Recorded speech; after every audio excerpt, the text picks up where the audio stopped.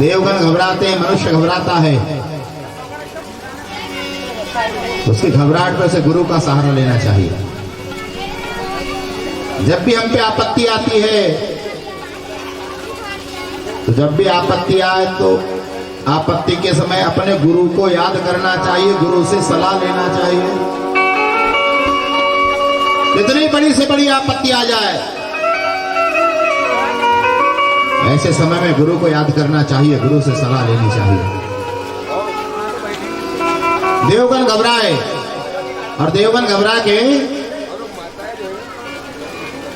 गुरु बृहस्पति के पास गए, गुरु बृहस्पति के पास। और गुरु बृहस्पति से घबराए हुए देवगणों ने कहा, महाराज बलि राजा ने स्वर्ग जीत लिया, तो फिर हमारा क्या होगा? कुछ ना कुछ उपाय बताइए। तब बृहस्पति कहते हैं, बलि राजा जब किसी भृगवंशी ब्राह्मण का अपमान करेगा तभी वो नष्ट होगा, अन्यथा उसको नष्ट नहीं कर सकते। क्यों? कि बलि राजा आजकल संतों की सेवा कर रहे हैं, संतों की सेवा कर रहे हैं, शुक्र की सेवा कर रहे हैं, सो अधिक बलि हो रहे हैं। जब तक वो भृगवंशी ब्राह्मण का अपमान ना करे तब तक उसकी हार नहीं है। ऐसा करके सारे देवताओं के देवगणों को बृहस्पति ने कहा। और इधर देवताओं की माता अदिति दुख संतप्त हो गई। कश्यप ऋषि के पूछने पर कहा, सारी बातें बताई। अत्यधिक अदिति की दुख भावना को देखते हुए कश्यप ने कहा, देवी क्या इच्छा है तुम्हारी? बोले, स्वर्ग का राज बलि के अधिकार में जा रहा है। कश्यप ने कहा, देवी दैत्य अब ब्रह्मचर्य का पालन कर रहे हैं, धर्म का कवच पहन रहे हैं, नीति उनका सिर छत्र बनी हुई है, उन्हें कौन मार सकता है? जब कोई मारता है तो जीव का पाप ही उसे मारता है, भगवान कभी नहीं मारते। भगवान को दोष ना दो, हम भगवान को दोष देते। भगवान का कहीं से कहीं तक दोष नहीं है, जीव का किया हुआ पाप ही उसे तकलीफ देता है। ऐसा कश्यप जी अदिति को कह रहे हैं। कश्यप ने कहा, अदिति तुम्हें देवताओं की चिंता है तो तुम भगवान का व्रत करो, पयोव्रत करो। फाल्गुन के महीने में एक व्रत आता है, उसको पयोव्रत कहते हैं। और उस पयोव्रत के करने से तुम्हारी मनोकामना पूरी होगी, जैसा बेटा चाहते हो वैसा बेटा होगा। फाल्गुन के महीने में एक व्रत आता है, इसको पयोव्रत कहते हैं। उस व्रत को जो महिला करती है, जो स्त्री करती है, तो जैसा बेटा चाहेगी वैसा बेटा उसे प्राप्त होता है।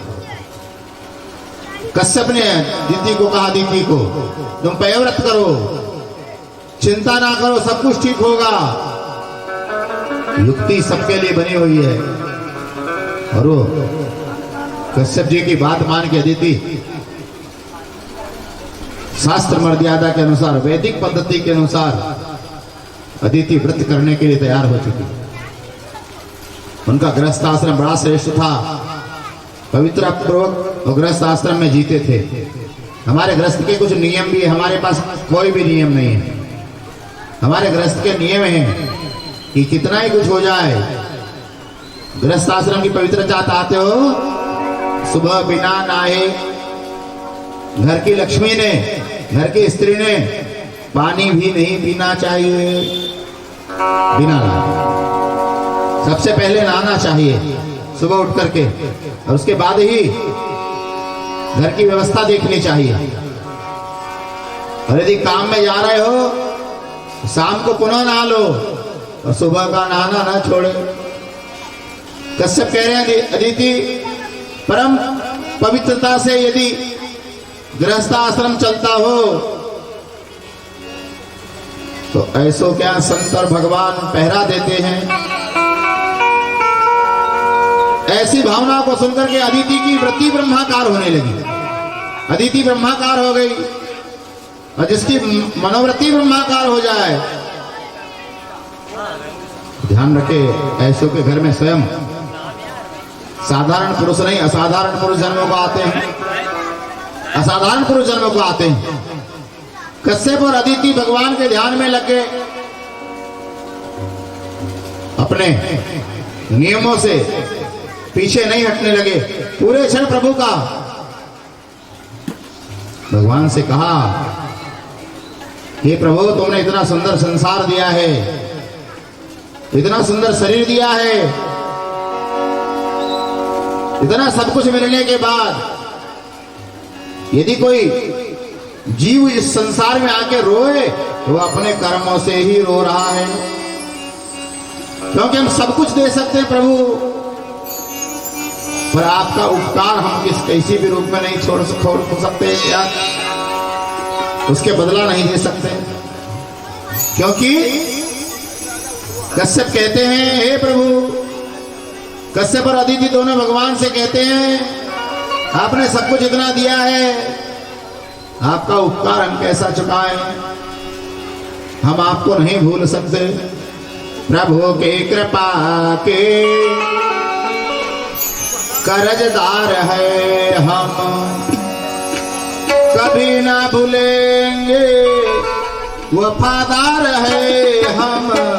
प्रभु की कृपा के कर्जदार है हम, प्रभु की कृपा के कर्जदार है।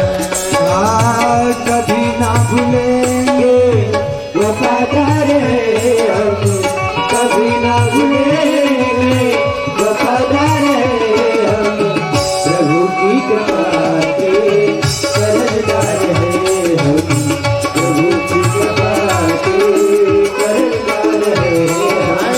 कभी ना भूलेंगे, वफादार है हम, कभी ना भूलेंगे, वफादार है हम। प्रभु की कृपा के कर्जदार है हो, प्रभु की कृपा के कर्जदार है।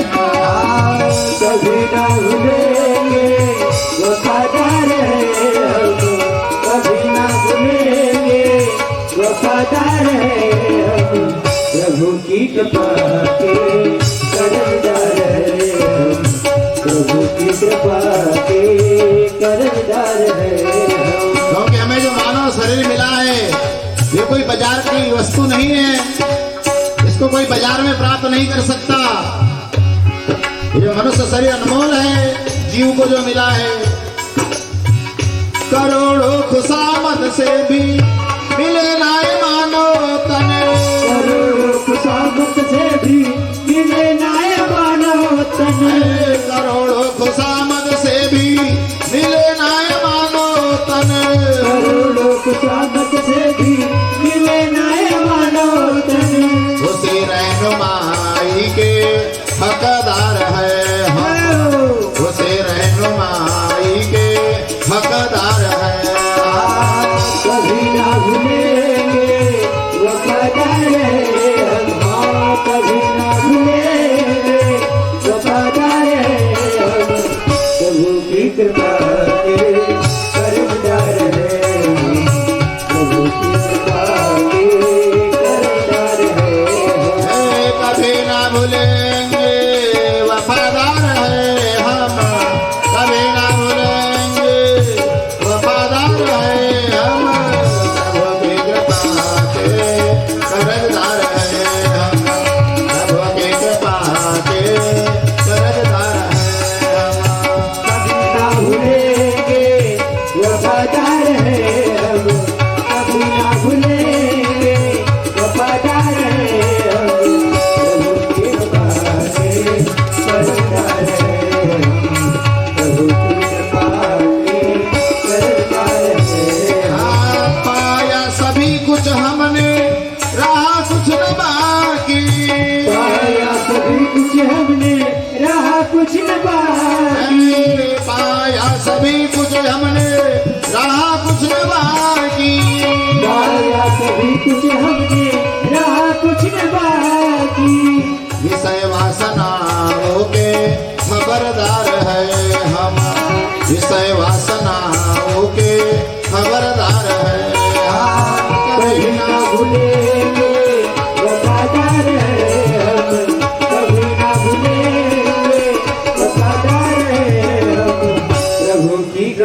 के कर्जदार हैं हम, प्रभु की कृपा के कर्जदार हैं हम।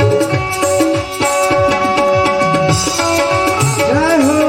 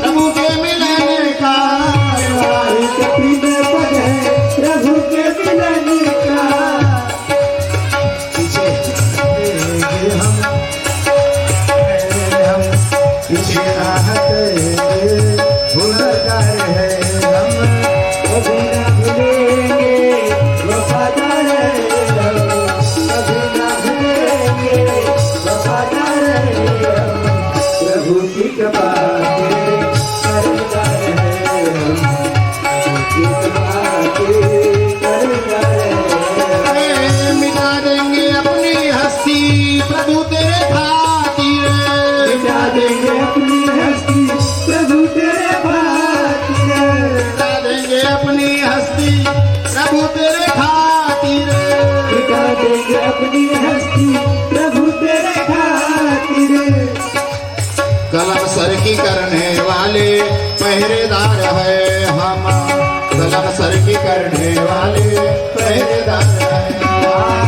कभी ना भूलेंगे वफादार है हम, कभी ना भूलेंगे वफादार है हम, प्रभु की कृपा के कर्जदार है हम, प्रभु की कृपा के कर्जदार है हम।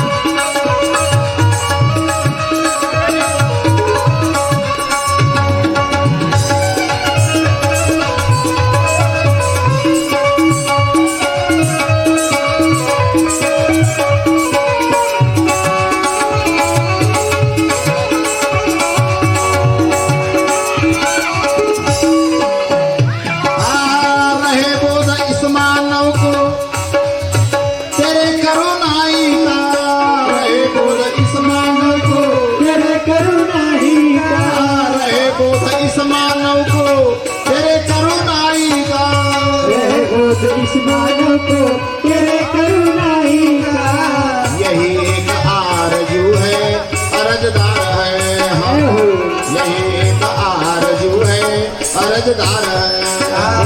कभी ना भूलेंगे वफादार है हम, कभी ना भूलेंगे वफादार है हम, प्रभु की कृपा के कर्जदार है हम, प्रभु की कृपा के कर्जदार है।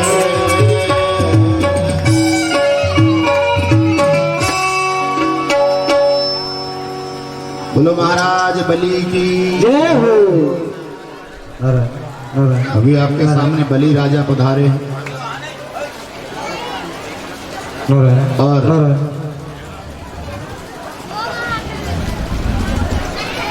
देखिए देवताओं के दिन जब आए बलि राजा के, उस अश्वमेध यज्ञ को पूरा करने का जब समय आया तो दैत्य इतने प्रभावित हुए कि अब हमें स्वर्ग का राज्य पुनः प्राप्त होगा और वो भी पूर्ण समय के लिए। पूरे समय के लिए।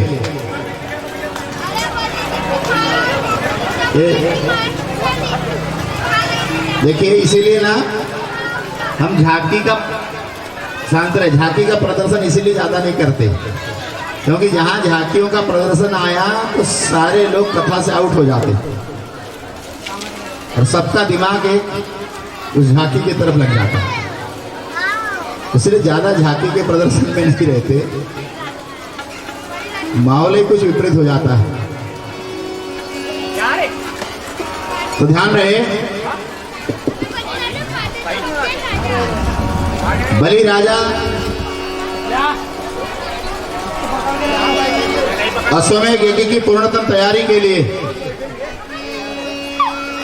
ये सब। अरे भैया छोटा झूला नहीं है क्या? इतना बड़ा ना करते, छोटा जो बच्चों का झूला होता है घर में रख स्टैंड वाला, ऐसा यदि हो तो ला लो कहीं।